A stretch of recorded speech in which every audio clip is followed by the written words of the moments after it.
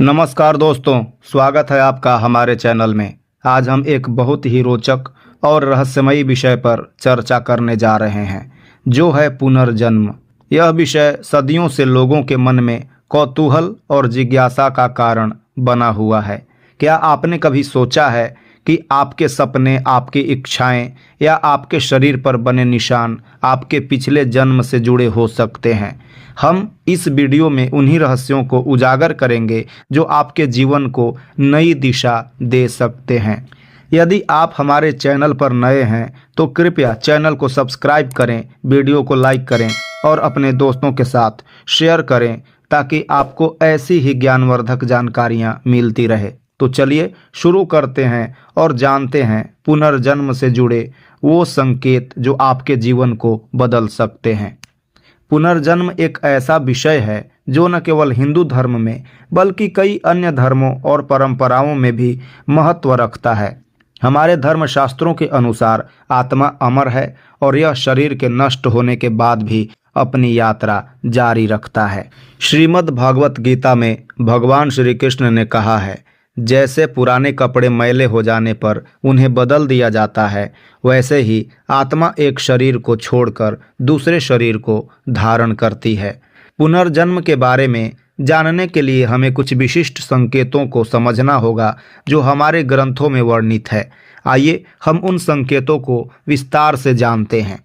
सपने हमारे जीवन में बहुत महत्वपूर्ण भूमिका निभाते हैं। सामान्यतः सपने हमारे वर्तमान जीवन की इच्छाओं, कामनाओं और घटनाओं से जुड़े होते हैं, लेकिन कभी कभी सपनों में ऐसी चीज़ें भी दिखाई देती है जिनसे हम कभी मिले नहीं होते।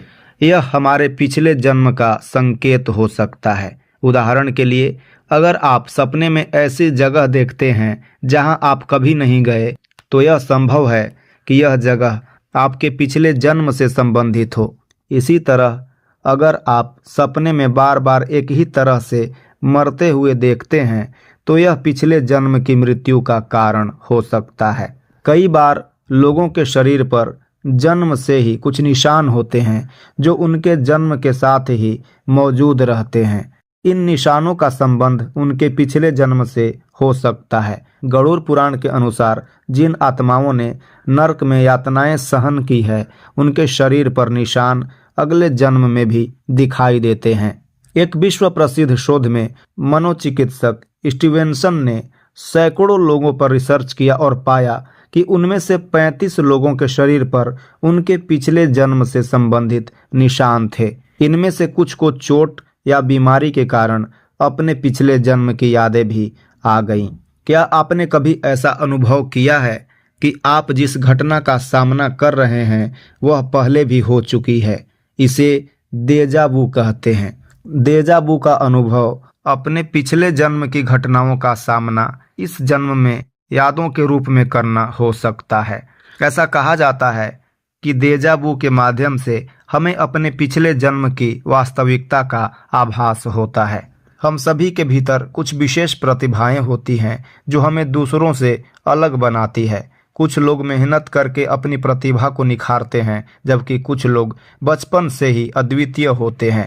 ऐसा माना जाता है कि ये लोग पिछले जन्म में भी इन प्रतिभाओं के धनी थे।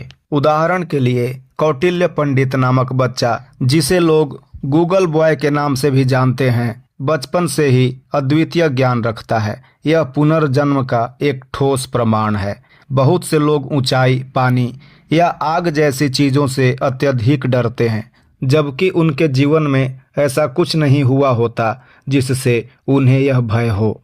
यह पिछले जन्म में हुई किसी अनहोनी घटना का संकेत हो सकता है।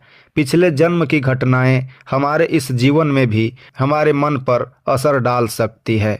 विज्ञान ने भी पुनर्जन्म के कई मामलों का अध्ययन किया है। कई शोधकर्ताओं ने ऐसे बच्चों पर रिसर्च की है जिन्होंने अपने पिछले जन्म के बारे में बताया। उनके शरीर पर बने निशान और उनके अनुभव विज्ञान के लिए भी आश्चर्यजनक थे। ऐसे मामलों में शोधकर्ताओं ने पाया कि बच्चों की यादें और उनके द्वारा दी गई जानकारी सच थी। गरुड़ पुराण में पुनर्जन्म के बारे में बहुत ही स्पष्ट रूप से बताया गया है। आत्मा अपने कर्मों के अनुसार विभिन्न योनियों में जन्म लेती है। यदि किसी ने अच्छे कर्म किए हैं तो उसे अगले जन्म में उच्च श्रेणी का जीवन मिलेगा, लेकिन यदि उसने पाप कर्म किए हैं तो उसे निचली योनियों में जन्म लेना पड़ेगा। गरुड़ पुराण के अनुसार आत्मा को मोक्ष प्राप्त करने के लिए 84 लाख योनियों में से गुजरना पड़ता है। यह हमारे कर्मों का हिसाब है जो हमारे अगले जन्म को निर्धारित करता है। भगवत गीता में पुनर्जन्म को आत्मा की यात्रा का हिस्सा माना गया है। भगवान श्री कृष्ण ने अर्जुन को बताया कि आत्मा न तो मरती है और न ही जन्म लेती है, वह केवल एक शरीर से दूसरे शरीर में स्थानांतरित होती है। इस दृष्टिकोण से पुनर्जन्म का मुख्य उद्देश्य आत्मा को मोक्ष की ओर ले जाना है। हालांकि हिंदू धर्म में पुनर्जन्म की अवधारणा प्रमुख है। कुछ धर्म पुनर्जन्म में विश्वास नहीं करते।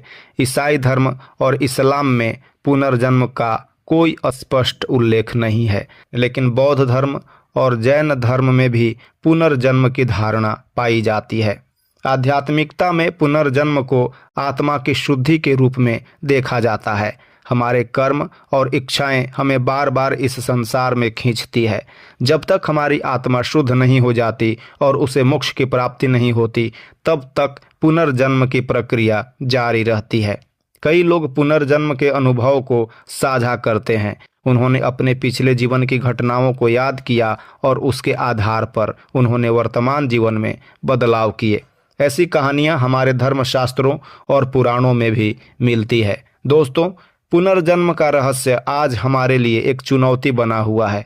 हमारे धर्मशास्त्र, पुराण और आध्यात्मिक ग्रंथ हमें पुनर्जन्म के बारे में बहुत कुछ सिखाते हैं। यह विषय इतना गहरा और जटिल है कि इसे समझने के लिए हमें अपने मन और आत्मा को खोलना होगा। अगर आपको यह वीडियो अच्छी लगी हो तो कृपया हमारे चैनल को सब्सक्राइब करें, वीडियो को लाइक करें और इसे अपने दोस्तों के साथ शेयर करें ताकि हम आपके लिए और भी अद्भुत जानकारी ला सकें। धन्यवाद।